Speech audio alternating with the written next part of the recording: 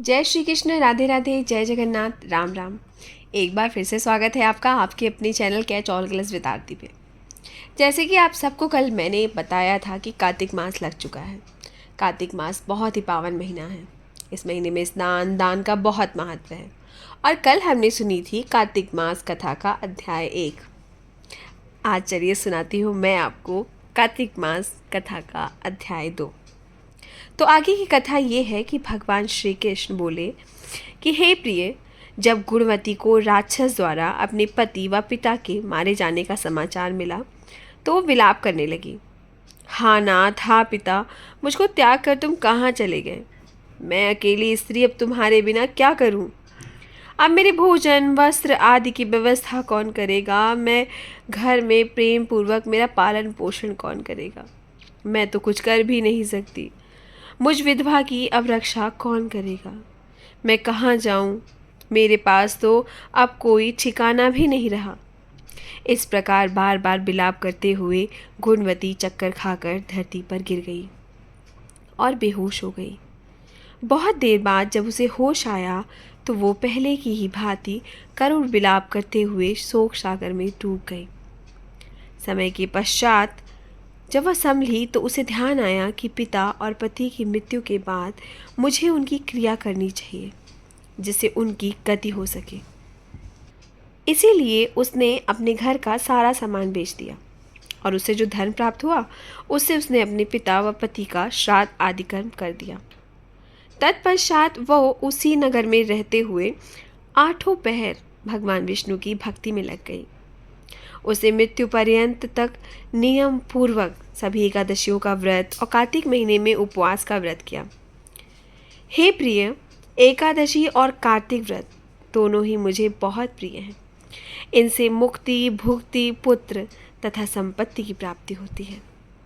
कार्तिक मास में जब तुला राशि सूर्य पर आता है तब ब्रह्म मुहूर्त में उठकर स्नान करके व व्रत व उपवास करने से मनुष्य मुझे बहुत ही प्रिय लगता है, क्योंकि यदि उसने कोई पाप किए भी होते हैं तो उन स्नान व व्रत के प्रभाव से उसे मोक्ष की प्राप्ति होती है। कार्तिक मास में स्नान, जागरण, दीपदान तथा तुलसी के पौधे की रक्षा करने वाले मनुष्य साक्षात भगवान विष्णु के समान हैं। कार्तिक मास में मंदिर में झाड़ू लगाने वाले, स्वास्तिक बनाने वाले तथा भगवान विष्णु की पूजा करने वाले मनुष्य जन्म मरण के चक्र से छूट जाते हैं, उन्हें छुटकारा मिल जाता है। ये सुनकर गुणवती भी प्रतिवर्ष श्रद्धापूर्वक कार्तिक का व्रत और भगवान विष्णु की पूजा करने लगी। हे प्रिय, एक बार उसे ज्वर हो गया और वह अत्यधिक कमज़ोर भी हो गई।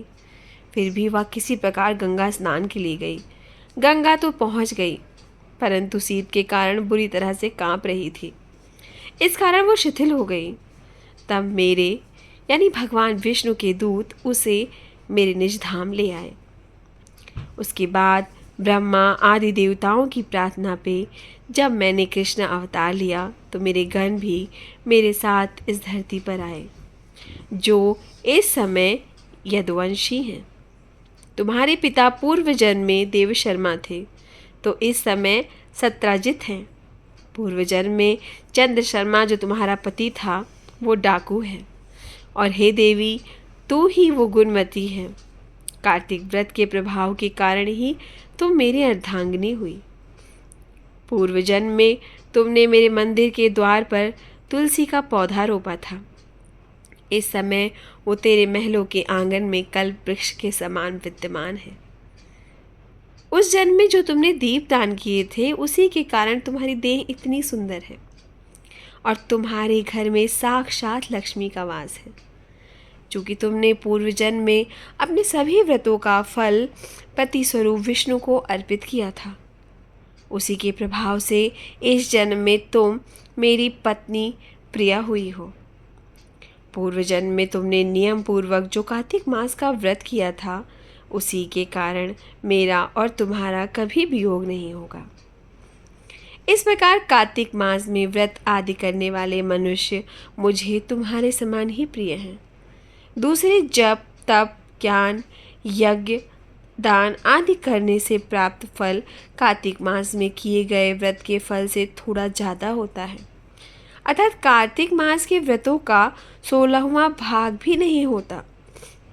इस प्रकार सत्यभामा भगवान श्री कृष्ण के मुख से अपने पूर्व जन्म के पुण्य को प्रभाव को सुनकर अति प्रसन्न हुई। ये थी आज अध्याय 2 की कथा। कल फिर मिलेंगे आपसे अध्याय 3 की कथा लेकर, और ऐसे ही बने रहिए इस channel catch all colours with Aarti के साथ, जहां आप सुनेंगे नए किस्से, कहानियाँ और कथाएं। जय श्री कृष्ण, राधे राधे, जय जगन्नाथ, राम राम।